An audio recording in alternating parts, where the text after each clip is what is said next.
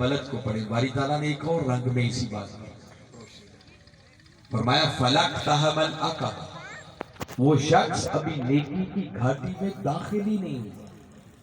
مترجمے نے یہ لکھا ہوتا، اور اگر اپنی زبان میں اس کو آسان کر کے ترجمہ کریں تو باری تعالیٰ فرما رہے ہیں کہ اس بیچارے کو ابھی نیکی کی ہوا ہی نہیں لگی، اس کو خبر ہی نہیں ہے نیکی کیا.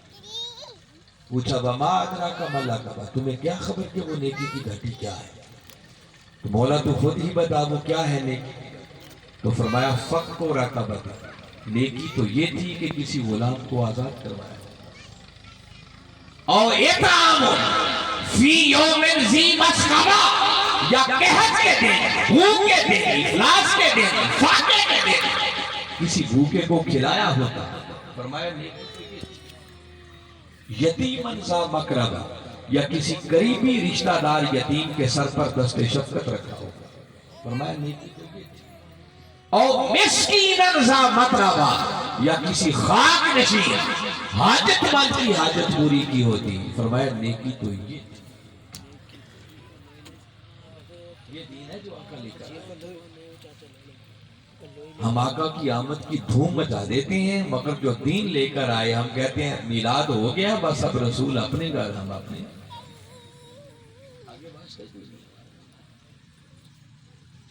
میں صرف ایک آیت اور سناتا ہوں، بڑا ایمان افروز مقام ہے. سورہ روم، قرآن پاک کی 30ویں سورہ، اور اس کی آیت نمبر 38 کو کبھی پڑھیں.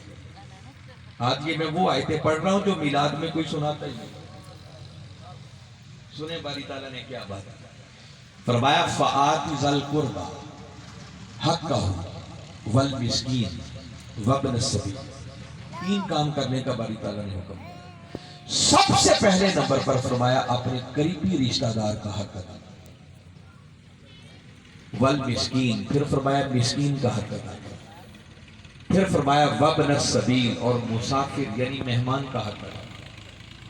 یہ 3 کام بتانے کے بعد آگے کلمات بڑے خاص ہیں. آگے فرمایا ذالک خیر، لوگوں سن لو یہ 3 کام بڑے خیر کے ہیں. یہ میں نہیں کہہ رہا، آپ نہیں کہہ رہا. کون کہہ رہا ہے؟ خدا کہہ رہا ہے. سوچو ان کاموں میں کتنی خیر ہوگی جن کاموں کو وہ خدا ہو کر خیر کے کام کہہ رہا ہے. اچھا کن کے لیے خیر کے کام ہے؟ اب اگلی بات اس سے بھی زیادہ توجہ طلب ہے. فرمایا ذالک خیر للذین یریدون وجہ اللہ.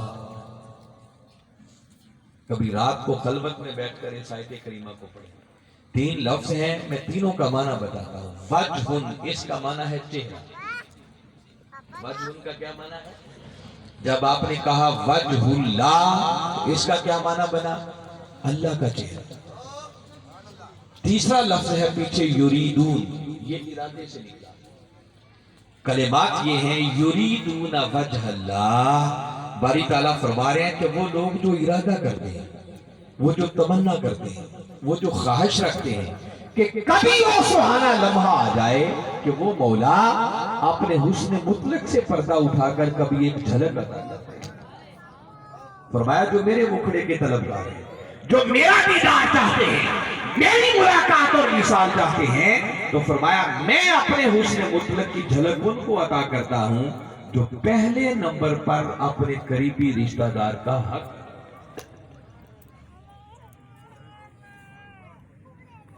آپ ذرا سن لیں اور ساتھ ساتھ ہم اپنے اوپر بھی ذرا غور کریں. اللہ تو کہہ رہا ہے نا کہ میں جھلک ان کو عطا کرتا ہوں جو اپنے قریبی رشتہ داروں کا حق ادا کرتے ہیں.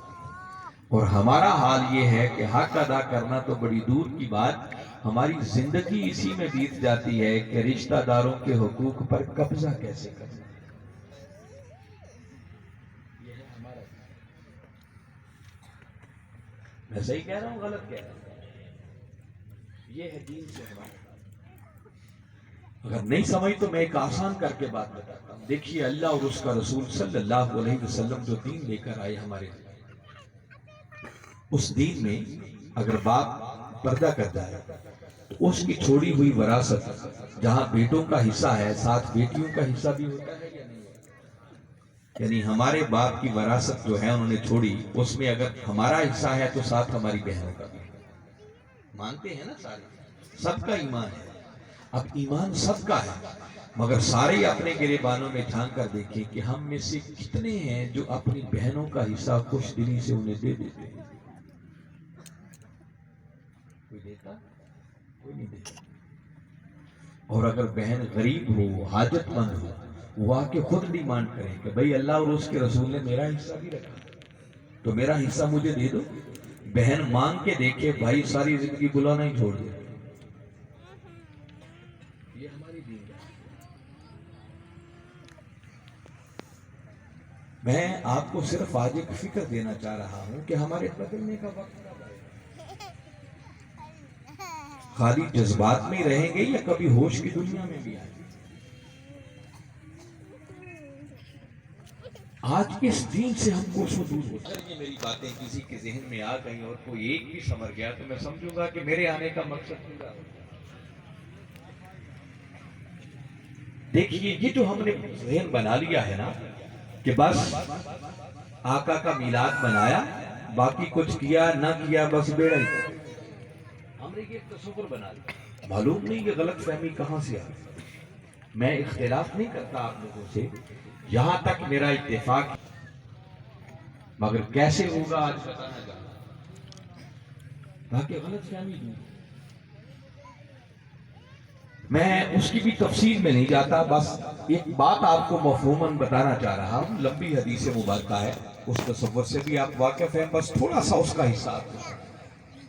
قیامت والے دن جو سب سے بڑی شفاعت ہوگی، جسے شفاعت کبریٰ کہا جاتا ہے، وہ قمری والے آقا صلی اللہ علیہ وسلم کی شفاعت ہے. اس شفاعت کی کئی روح ہوں گے، کئی ہیں.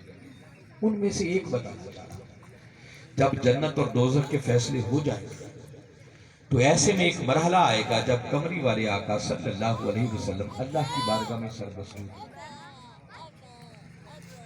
اللہ سامنے جلوہ افروز ہو، آقا آئیں گے اور اللہ کی بارگاہ میں سربسور، اور باری تعالیٰ بڑے پیار سے اپنے محبوب سے فرمائیں گے ارفع الرأس، محبوب ذرا سر تو اٹھا.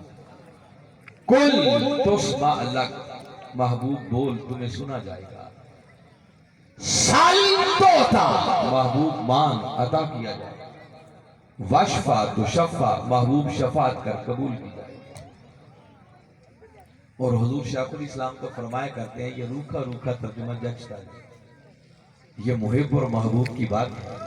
وہ فرماتے ہیں جب آقا سجدے میں جائیں گے نا تو باری تعالیٰ پیار سے اپنے محبوب سے فرمائے گا ارفع رأسک، محبوب ذرا مکھڑا تو دکھا. کل تسمع لک، محبوب بول تمہیں سننے کو دل چاہتا ہے. سل توتا، محبوب مانگ آج تیری جھولیاں بھر دی جائیں گی. وشفع تشفع، محبوب شفاعت کر کے تو دیکھ اگر سارے نہ چھوڑ دیں تو. آقا سجدے سے سر اٹھائیں گے، عرض کریں گے مولا کچھ گناہ گار ہیں جن کے لیے جہنم کا فیصلہ ہو، چاہتا ہوں جنت میں چلے جائیں. باری تعالیٰ ایک لیمت مقرر کر دیں گے اور فرمائیں گے کہ محبوب جا، جس کے دل میں اس حد تک بھی ایمان ہے نا، خود جا اور اپنے ہاتھوں سے جہنم سے نکال کر انہیں جنت میں. آقا جائیں گے انہیں جنت میں لے جائیں، آ کر پھر سجدے میں گر پڑیں گے. حتیٰ کہ تیسرے سجدے تک باری تعالیٰ یہاں تک اذن دے دیں گے کہ محبوب جا، جس کے دل میں رائی کے دانے کے برابر ایمان یا اس سے بھی کم، اس سے بھی کم، اس سے بھی کم، 3 اضافے بھی لگ جائیں، اس حد تک بھی محبوب ایمان ہے نا، جا ان کو بھی نکال کے جنت میں. آقا جائیں گے ان کو بھی جنت میں. چوتھی مرتبہ پھر آ کے سجدے میں 4 سجدے ہوں گے. اور آپ کبھی احادیث کی کتابیں پڑھیں، یہ آقا کی شان محبوبیت ہے. آقا تقاضا ہر بار ایک ہی کریں گے، مولا کچھ گناہ گار ہیں جو جہنم میں رہ گئے، چاہتا ہوں وہ بھی جنت میں چلے جائیں. مگر باری تعالیٰ کے تکلفات میں بھی کمی نہیں آئے گی. ہر راوی نے ہر سجدے کے بعد یہ 4 جملے ریپیٹ. باری تعالیٰ ہر بار فرمائے گا محبوب ذرا مکھڑا تو دکھا، محبوب ذرا لب تو ہلا، محبوب مانگ تیری جھولیاں بھر دی جائیں گی.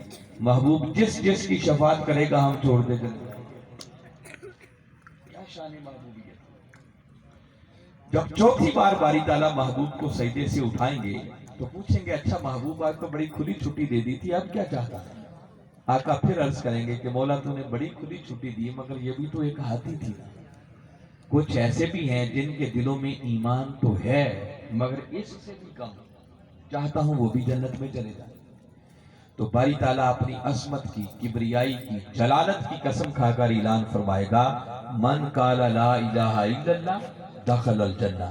محبوب جا، جس نے ایک بار تیرا کلمہ بھی پڑھ لیا تیری خاطر اسے بھی جنت میں دے. یہاں تک شفاعت ہوگی، یہ حق ہے، مگر بڑی قابل توجہ بات ہے جو میں آپ کو بتانا چاہتا ہوں. شفاعت کے لیے، جنت میں جانے کے لیے اللہ نے جس چیز کو بنیاد بنایا وہ ایمان ہے. کیا ہے؟ ایمان. ہر بار ہوگا محبوب جس کے دل میں اتنا ایمان ہے حتیٰ کہ رائی کے دانے کے برابر ایمان، یا اس سے بھی کم، اس سے بھی کم، اس سے بھی کم، حتیٰ کہ جس نے کلمہ بھی پڑھ لیا. یہ بالکل آخری لیسٹ، سب سے کم تر جو ایمان ہے وہ. مگر میں نے پہلے ایمان کو ڈیفائن کر دیا. کوئی جاننا چاہے ایمان کیا ہے؟ ایمان نام ہی کملی والے آقا کی محبت اور عشق میں فنا ہو جائے.